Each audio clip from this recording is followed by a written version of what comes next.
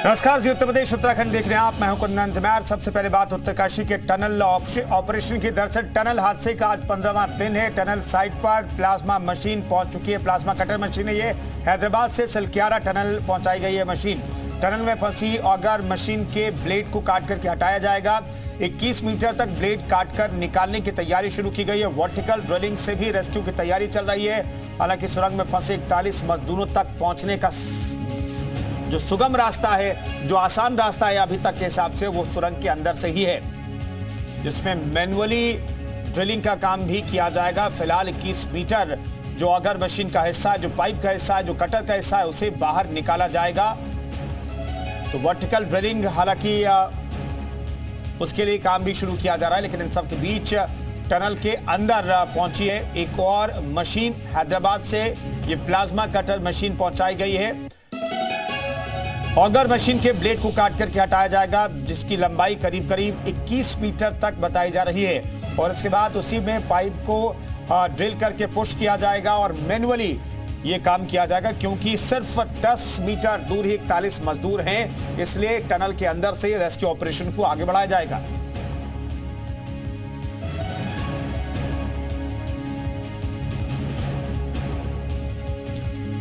उत्तरकाशी के सलक्यारा टनल में 41 मजदूर फंसे हैं, जिनको निकालने की कोशिशें लगातार जारी है। हम आपको 3 तस्वीरें दिखाने जा रहे हैं। टनल हादसे का आज 15वां दिन है। वर्टिकल ड्रिलिंग पर भी विचार हो रहा है, उस पर भी काम शुरू कर दिया गया है। फंसे मजदूरों को लैंडलाइन सुविधा मुहैया करवाई गई है, यानी कि वो लगातार कनेक्टेड रहेंगे अपने घर वालों से भी और रेस्क्यू टीम से भी। मोबाइल फोन और बोर्ड गेम दिए गए ताकि अंदर फंसे मजदूरों का मनोरंजन हो सके, दिमागी तौर पर वो स्ट्रांग रह सके। बचाव अभियान में और वक्त लगने की आशंका है। 41 मजदूर सुरंग में अभी भी फंसे हुए हैं और अभी भी कहा जा रहा है कि 24 से 28 घंटे लग सकते हैं मजदूरों को निकालने में।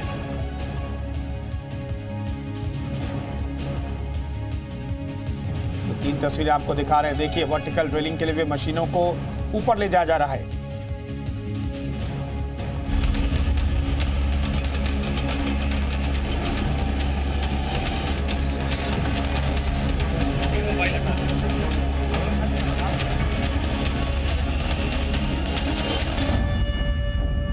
प्लान बी की तैयारी, अब प्लाज्मा मशीन की बारी।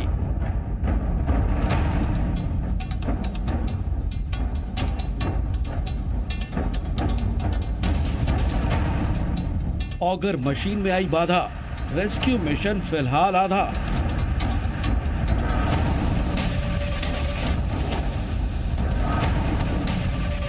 इकतालीस मजदूरों का जोश बरकरार, बाहर निकलने का इंतजार।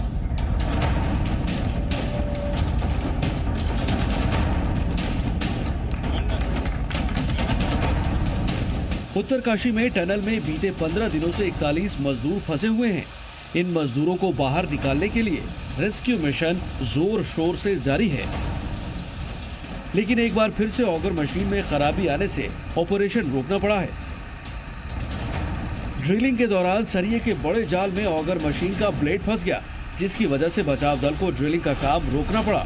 मुश्किलें यहीं खत्म नहीं हो रही, बल्कि ऑगर मशीन की खराबी को दुरुस्त कर पाना भी आसान नहीं है।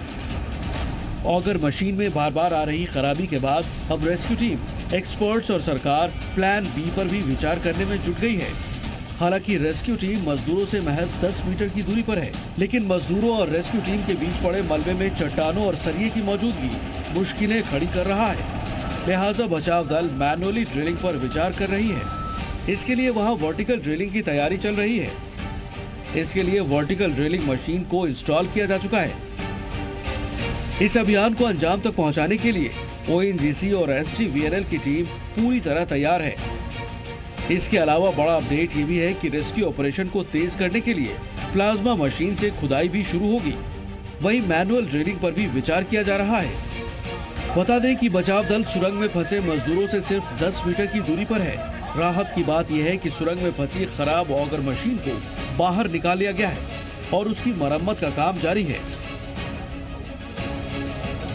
बाहर जहां वर्कफोर्स काम कर रही है, वहां अब 2 तरीके इस्तेमाल किए जा रहे हैं और शायद कुछ देर में एक तीसरा तरीका भी इस्तेमाल किया जा सकता है। अगर वहां पर जगह रही काफी, अगर स्पेस रही काम करने के लिए, तो जो तीसरा तरीका हमने बताया था ड्रिफ्ट तरीका, वो भी शायद अपनाया जाए। वहीं अंतर्राष्ट्रीय सुरंग विशेषज्ञ अर्नोल्ड टेक्स ने बताया था कि लंबवत ड्रिलिंग अधिक समय लेने वाला और जटिल विकल्प है। सीएम धामी ने टनल में चल रहे राहत और बचाव के काम के संबंध में अधिकारियों से जानकारी ली। सीएम धामी ने कहा कि वर्टिकल ड्रिलिंग की तैयारी पूरी हो चुकी है। जितने भी ऑप्शन हैं, जितने भी हमारे पास रास्ते हो सकते हैं उन तक पहुंचने के, उनको बाहर निकालने के, उन सभी पर काम होगा। एक साथ काम होगा। सारे ही संसाधन यहाँ पर उपलब्ध हैं और जो संसाधनों की आवश्यकता पड़ रही है, जैसे प्लाज्मा कटर यहाँ पर नहीं था, प्लाज्मा कटर तत्काल मंगाया गया है। अन्य भी जो संसाधनों की आवश्यकता पड़ रही है, चाहे अन्य टेक्नोलॉजी की आवश्यकता पड़ रही है, सभी यहाँ पर उपलब्ध करवाई है। इस बीच सुरंग में फंसे श्रमिकों को उनके परिवार के सदस्यों से जोड़े रखने के लिए एक लैंडलाइन सुविधा स्थापित की गई है। बीएसएनएल ने यह सुविधा मुहैया कराई है। बीएसएनएल के मुताबिक एक टेलीफोन एक्सचेंज स्थापित किया है, जहां फोन में इनकमिंग और आउटगोइंग सुविधाएं होंगी। वो अपने परिवार से बात कर सकते हैं। साथ ही अधिकारियों ने टनल में फंसे हुए 41 मजदूरों के तनाव को कम करने के लिए मोबाइल फोन और बोर्ड गेम दिए हैं। जाहिर है टनल में चट्टानों से जंग के बीच 41 मजदूरों का हौसला बुलंद है, लिहाजा भले ही उनके बाहर आने में देरी लग रही है, लेकिन उनके बुलंद हौसले की वजह से ही रेस्क्यू मिशन में जुटी तमाम टीमों का जोश हाई है। उत्तरकाशी से अंजलि सिंह के साथ ब्यूरो रिपोर्ट, जी मीडिया।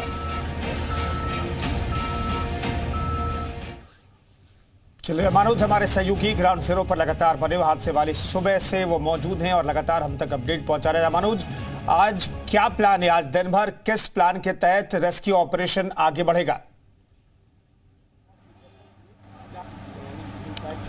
जयप्रकाश, आज सबसे बड़ा 3 अपडेट है। पहला अपडेट ये है कि आप टनल को देखिए और किस तरह से यहाँ पर जो काम शुरू हुआ है ड्रिलिंग का, उसके बारे में बताते हैं। Plasma cutter, gas cutter, laser cutter, electronic cutter, ये सब कटर हैं जिनका इस्तेमाल आज उस जगह पर किया जा रहा है जहाँ ऑगर मशीन के ब्लेड में और लोहे की सरिया का पूरा जो जाल फंसा था उसको काटने का हुआ है। और उसमें सबसे खास बात ये हुई है, मद्रास इंजीनियरिंग जो सेना की कोर है, मद्रास इंजीनियरिंग के जो इंजीनियर्स है सेना के, वो अब सिविलियन के साथ में मिलकर के काम करना शुरू कर दिया है। ये टनल के अंदर में जो आज का अपडेट है वो यही है। सबसे खास बात यही कि जब पूरी तरह से वो ब्लेड ऑगर मशीन का साफ हो जाएगा, इसके बाद में कहते कि रैट माइनिंग होगी, यानी कि जिस तरह से मैनुअल ड्रिलिंग की बात कही जा रही थी उसकी शुरुआत की जाएगी। और जब वो शुरू होगा तो ऑगर मशीन के जरिए उस पाइप पर 100 टन से लेकर के 200 टन वेट के बराबर पुश किया जाएगा और वो पाइप फिर आगे बढ़ेगी। अभी तक ऑगर मशीन के जरिए हो रहा था, अब मैनुअल करेगी, लेकिन उसमें सेना के जवान भी मदद करेंगे और ना कि केवल NHIDCL के ही इंजीनियर्स और उनके एक्सपर्ट्स होंगे, बल्कि सेना के इंजीनियर की देखरेख। जी ओके, तो आप ये देख सकते हैं कि कुंदन, ये सबसे बड़ी बात है कि इस पूरे जो आप टनल के अंदर देख रहे हैं, एक बड़ा अपडेट यही है कि इसमें फिलहाल मैनुअल तरीके से काम शुरू किया गया है। क्योंकि दर्शक ये भी जानना चाह रहे होंगे कि आखिर वो गैस कटर कहाँ पर इस्तेमाल हो रहा है। गैस कटर 900 mm पाइप के अंदर में तकरीबन 50 मीटर की दूरी पर जाकर के और उस पाइप के अंदर जाते हैं और वहाँ उसका प्लाज्मा कटर का इस्तेमाल किया जाएगा। तो ये जो प्रोसेस है ये काफ़ी लंबा है और काफ़ी चुनौतीपूर्ण है, जोखिम भरा है और सेना के इसमें जो जवान है, जो इंजीनियर्स हैं, वो लगे हुए। अगर आप इस टनल के बाहर में देखेंगे तो बिल्कुल एक मंदिर के ठीक सामने जो टनल इंटरनेशनल एसोसिएशन के प्रेसिडेंट्स हैं, इस समय आपको अर्नोल्ड डिस्क भी दिखाई देंगे, आप वहां पर उनको देख सकते हैं, वो भी लगातार मॉनिटरिंग करते हैं। दूसरा अपडेट ये है कि इस टनल के ऊपर 300 मीटर आगे जब आप जाएंगे एक प्लेटफार्म है जहां पर RBNL ने ऊपर से वर्टिकल ड्रिलिंग का काम शुरू कर दिया है। और ये भी दर्शकों को बताएं क्योंकि मीडिया का परमिशन ऊपर जाने का अब नहीं है, सिर्फ मीडिया को यहीं से ही अब यहीं पर रोका गया है। लेकिन ड्रिलिंग का काम शुरू हुआ है, ये भी बताया गया कि लगभग 50 फीट की ड्रिलिंग ऊपर से हुई है। तो वो भी एक स्लो प्रोसेस है। आज सुबह के समय से उसको किया गया, पहले हैंगर उसके लगाए गए। मैं रोक रहा हूँ रामानुज, मैं रोक रहा हूँ, ये इसके बारे में फिर से अपडेट दीजिए कि जो वर्टिकल ड्रिलिंग का काम था क्या वो शुरू हो गया? और बता रहे 50 मीटर ड्रिलिंग का काम हो भी चुका है ऊपर से?